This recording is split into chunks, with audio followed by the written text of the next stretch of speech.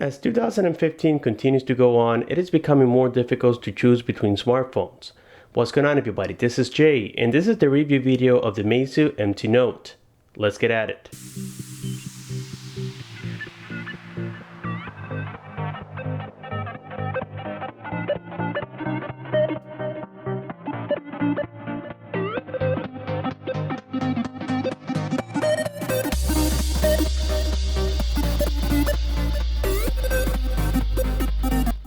Meizu is becoming a very popular device around the world for three main reasons. First of all, they have great design, great prices, and great quality.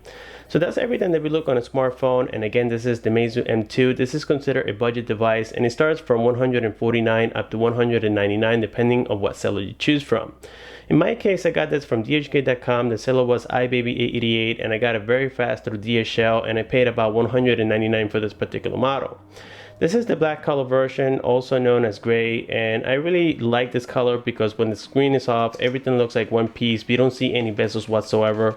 And another great design about Meizu is that they make their devices look like if they were edge to edge. Even though that's not the case, we can see that the phone looks very nice and stylish. Also, the screen, we know already that it is made by Sharp. It comes with a 5.5-inch display. It has a resolution of 1920 by 1080. So it is IPS and also comes with the Corning Gorilla Glass number 3. And it is a 10-point multi-touch screen, something that really impressed me quite a lot. And now, before we jump into the details of the operating system of the Meizu M2, I would like to finish showing you guys around the device so that you can appreciate how beautiful this phone is, at least in my opinion. On the bottom, you're going to have only one button. We don't have capacitive buttons on the side because this is going to serve us for many different purposes. We got a menu key, a home key, and also a back key all in one.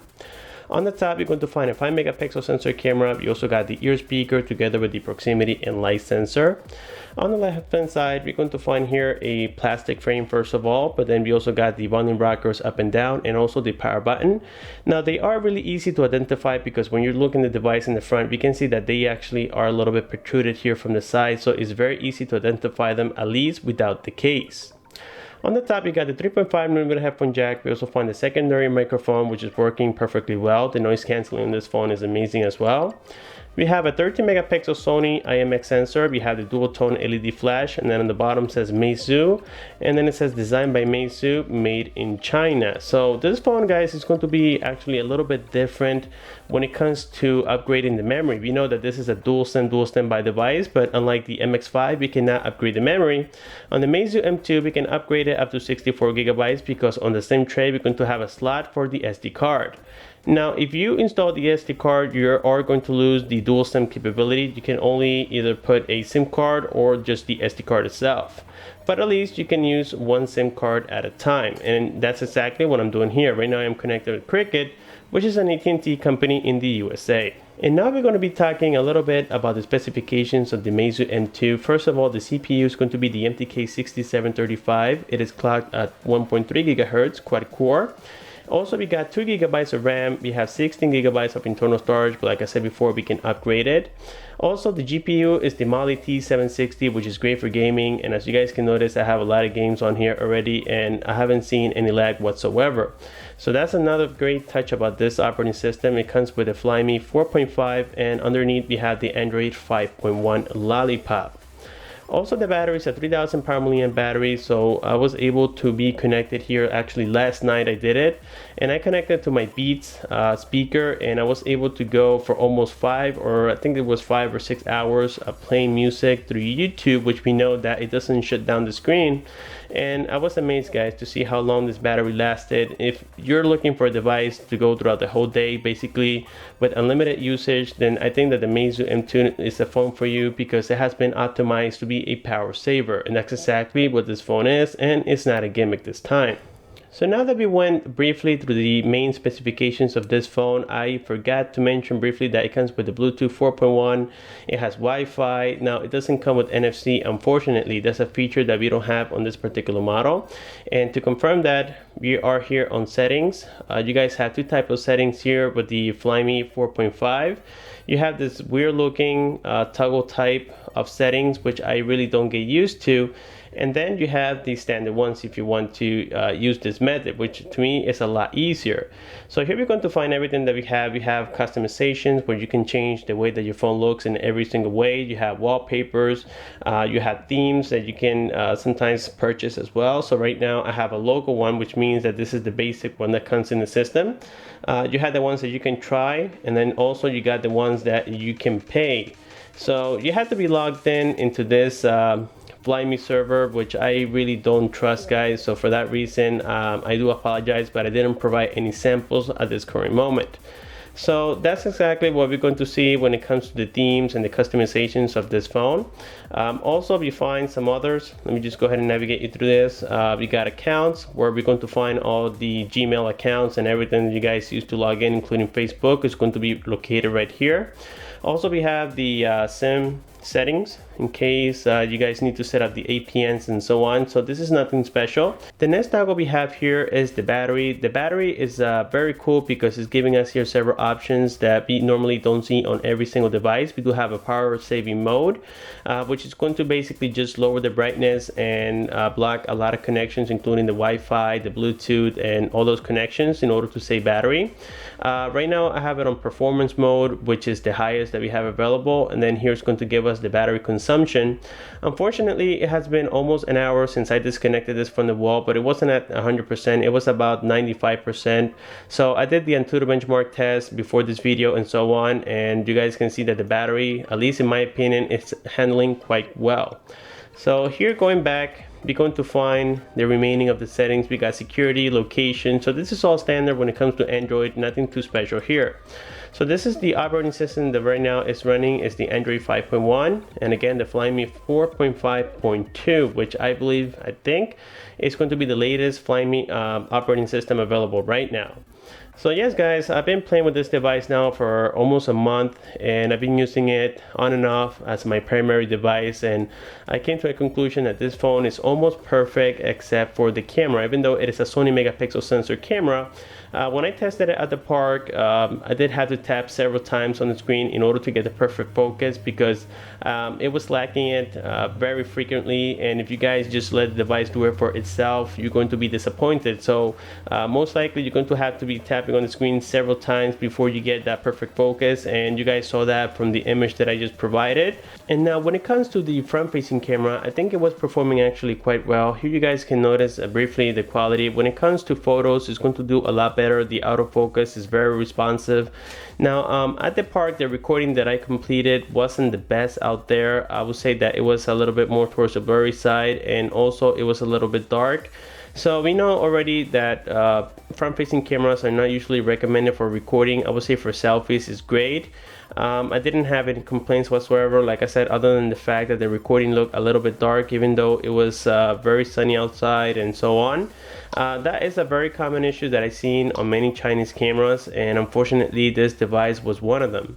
So here on the top you have different modes. We got menu mode, you got beauty mode, panorama mode, and all those modes that we normally use on Android devices and even devices like the iPhone and so on. So the settings are going to be competitive to many devices out there. We even have slow motion.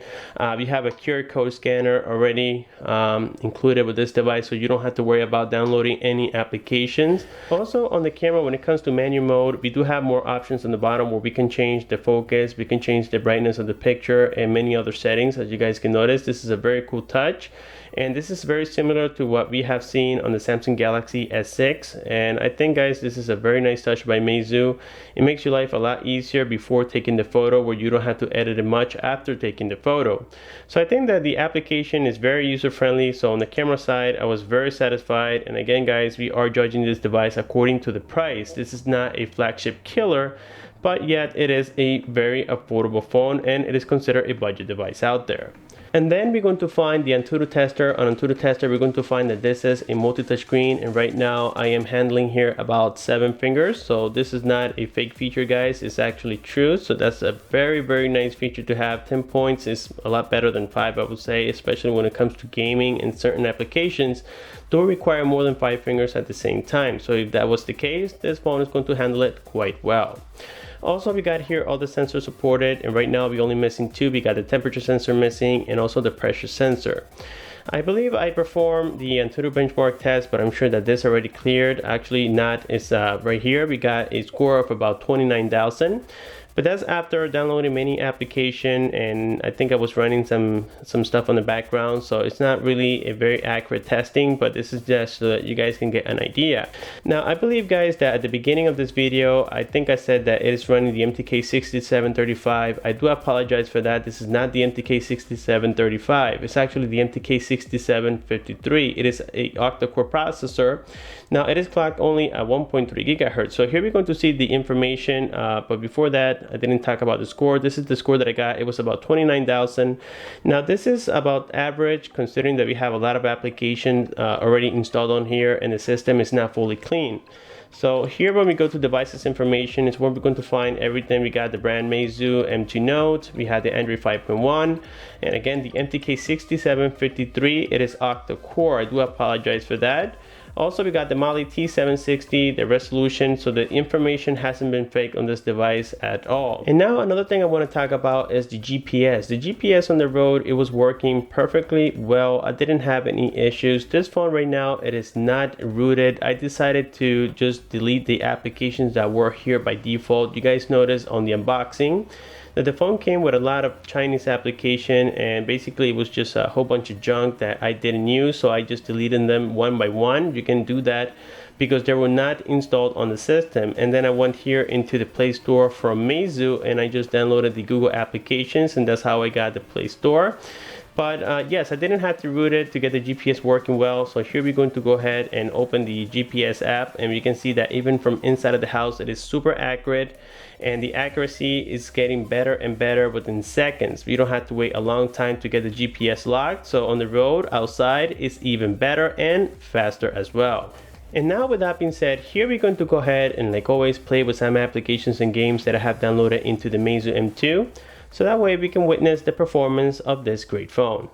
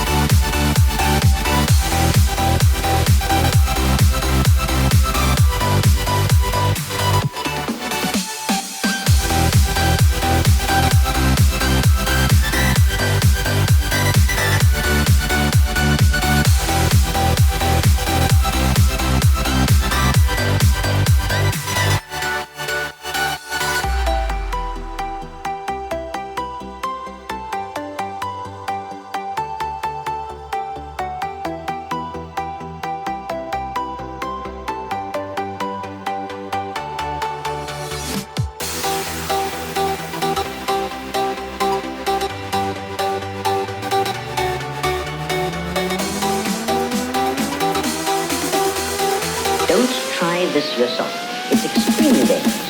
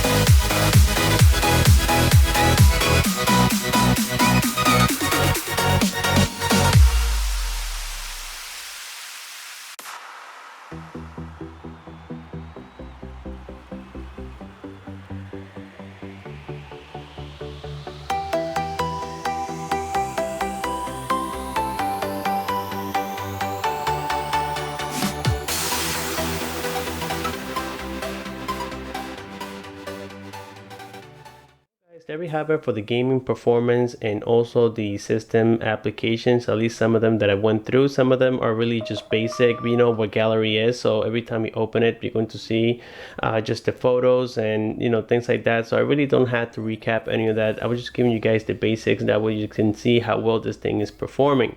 Now it still has a lot of Chinese crap on here that I really wish that I can just uninstall. We have the App Center. On this side we have Live. We also got here on tools some other stuff that actually we can use. We got their weather. Now the weather is going to be the Chinese one. You guys may have to download your own weather app for the USA if you guys are purchasing this here in the USA or any other country other than China. We got the calculator, we got documents, we have smartphone, and all those basic applications that we normally get with Android. Also, I forgot to mention that this phone supports OTA. So here we have already an update for the Flyme 4.5.3. Unfortunately, this is not going to be completed on this video, but you guys get the idea that Meizu is supporting these devices 100%. And now before we continue with further testings, I would like to show you guys here how hot this phone is right now from the back. So when we measure it, right now it's getting 97 degrees, so it is a little bit warm. Nothing too crazy. Actually, when you touch it, it doesn't feel like it's 97 degrees, but it's noticeable. So if you guys don't want to feel that, I would just recommend maybe getting a case or something like that. But it is expected. Most MTK processors do heat up a little bit, but it's not to a dangerous point. The next testing we're going to complete here is the Bluetooth. So let me just go ahead and turn it on. This is my huge speaker. I haven't gotten the chance to get something a little bit smaller. I do have the tap hole, but I don't think that's very loud enough. So let me just go ahead and connect here to the Bluetooth. And let's go to Beat XL. I have connected with this device before. The Bluetooth device is connected successfully. And now we have successfully connected, as you guys heard right there. So what we're going to do is go back here into sounds, and we're going to be testing a phone ringtone this time. Unfortunately, guys, I cannot play musics on YouTube. As a matter of fact, the other day I was trying to play, I think it was one of the testing that I completed about the microphones. I believe it was here the ones made by Yumi, and they actually did a copyright on me. So that's why I don't play a lot of music. So let's go here into ringtones.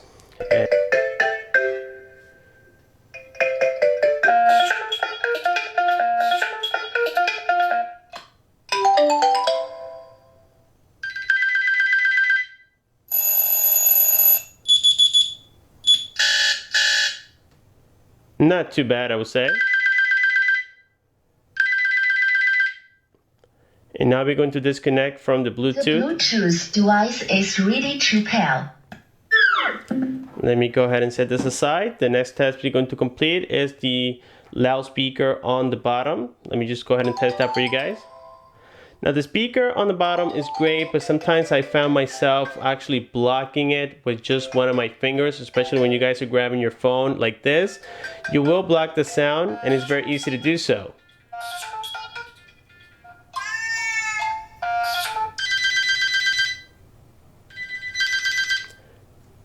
So overall, the speaker is actually a very good quality. Comparing it to other cheaper Chinese phones out there.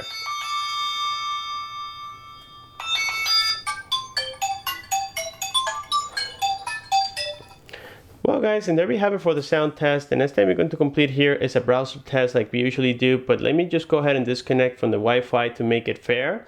Now this phone, as I mentioned before, it does support 4G LTE, but the bands are not supported here in the USA, so unfortunately we're only going to get H+. But so far, I mean, it's handling well. Let me just go ahead and open the browser. Let's say I want to search for dhgate.com,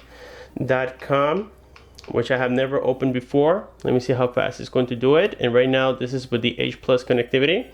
And now let me go ahead and type another one. Let's say youtube.com, and the keyboard is very sensitive. You guys barely get any mistypes. So there we can see the browser. Once again, very fast. Let me try another one. Let's say ebay.com. These are some of my favorite websites out there. As we know already, YouTube is my favorite. It's easy to tell that. So here we can see, guys, that yes, on the 3G connectivity is working quite well when it comes to the browser. Everything is very efficient. The browser itself is very easy and it barely lags, as you guys can see right here. So everything is great when it comes to the internet connectivity. And now the last testing we're going to complete is a phone call test, so that way we can see how fast it's going to connect. So let me go ahead and dial 611. There we go. Welcome to Cricket Wireless. Let's get started. Press 1 for English. Marca 2 para español. Just FYI, your current plan is... Now let's test the ear speaker.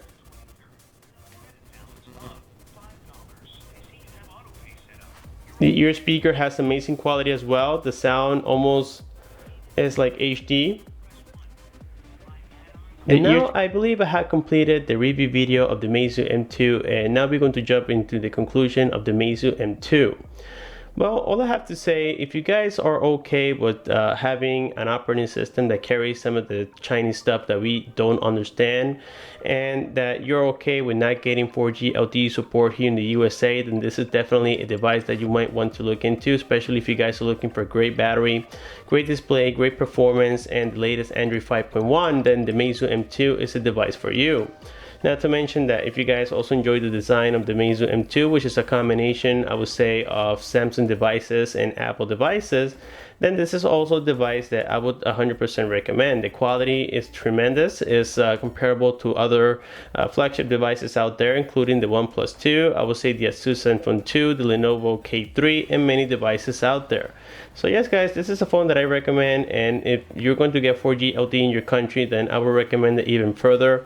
Now here in the USA, like I said, we're not getting 4G LTE, and I would take that as one of the cons of this phone. Another cons is that sometimes when your hands are getting sweaty, the back can become a little bit slippery. I didn't experience that very often, but I see it happen, especially if you guys are grabbing a drink and your hands are moist, then you have to be careful. I would recommend getting a case, but other than that, this is a very well done device by Meizu. Like always, if you guys do have any questions, please don't forget to comment down below. Like the video, subscribe for more, and I'll see you on my next one.